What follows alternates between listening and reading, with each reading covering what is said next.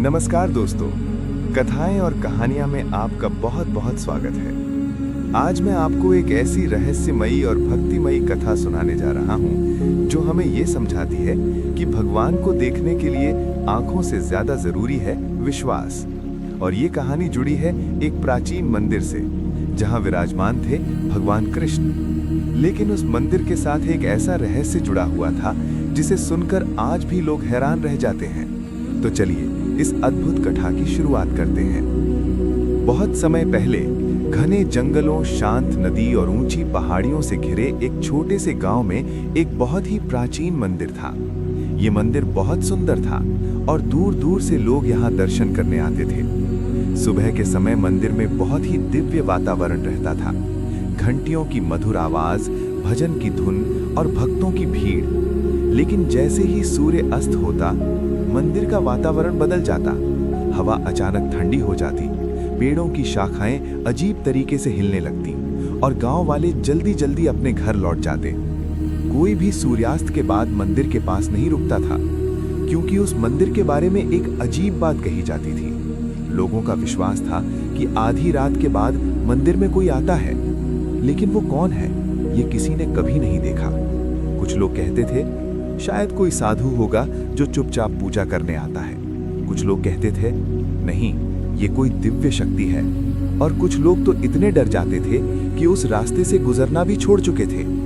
सालों तक ये रहस्य ऐसा ही बना रहा। एक दिन उस गांव में एक युवक आया। उसका नाम था अनिरुद्ध। उसकी आंखों में तेज था, आवाज में शांति थी और हृदय में भगवान के प्रति सच्ची भक्ति थी। जब उसे पता चला कि मंदिर में एक पुजारी की जरूरत है, तो उसने तुरंत ये सेवा स्वीकार कर ली। गांव वाले खुश भी थे, लेकिन थोड़ा चिंतित भी। एक बुजुर्ग उसके पास आए और बोले, बेटा, एक बात याद रखना, सूर्यास्त के बाद मंदिर में मत रुकना। अनिरुद्ध ने मुस्कुराकर पूछा, क्यों? बुजुर्ग ने धीरे से कहा, क्योंकि आधी रात को वहां कोई आता है। अनिरुद्ध ने ध्यान से उनकी बात सुनी, लेकिन उसके चेहरे पर डर नहीं था, बल्कि उसके मन में जिज्ञासा पैदा हो गई। उसने सोचा, अगर कोई मंदिर में आता है तो वो कोई साधारण व्यक्ति नहीं हो सकता, क्योंकि ये तो भगवान का स्थान है।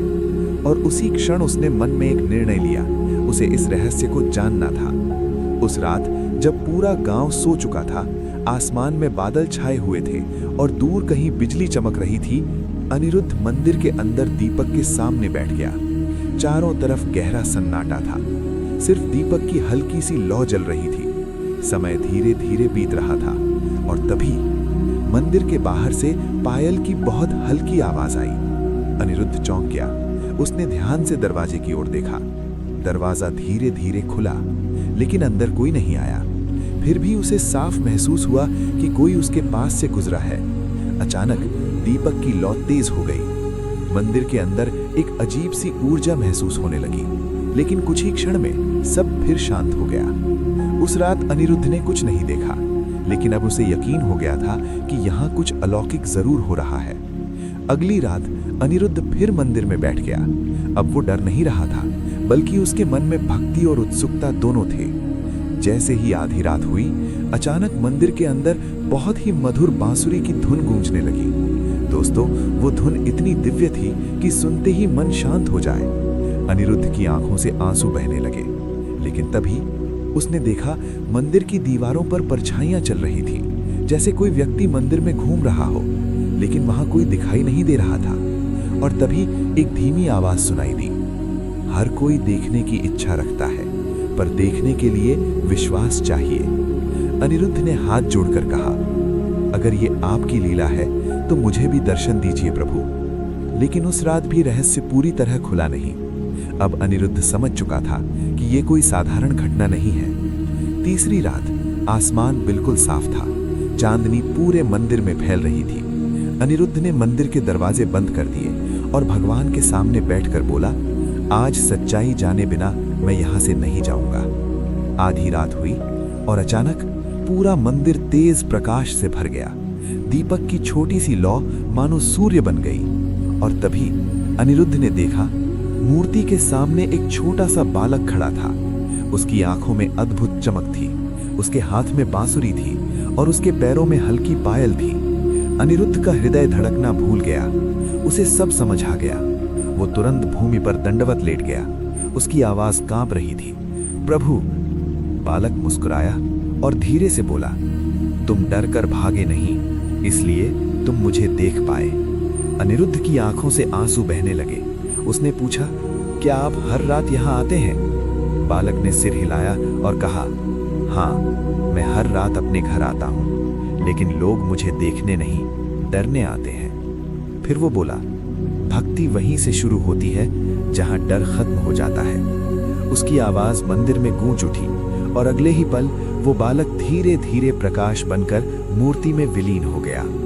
अगली सुबह जब गांव वाले मंदिर पहुंचे तो उन्हें कुछ अलग महसूस हुआ। मंदिर का वातावरण बदल चुका था। जहां पहले डर था वहां अब शांति थी। जहां सन्नाटा था वहां अब भक्ति का अनुभव था। लोगों ने अनिरुद्ध से पूछा, कल रात क्या हुआ? अनिरुद्ध मुस्कुराया और बोला, कल रात मंदिर में अतिथि आए थे। दोस्तों, कभी कभी भगवान हमारे सामने होते हैं, लेकिन हम उन्हें पहचान नहीं पाते, क्योंकि हमारे मन में डर ज्यादा होता है और विश्वास कम।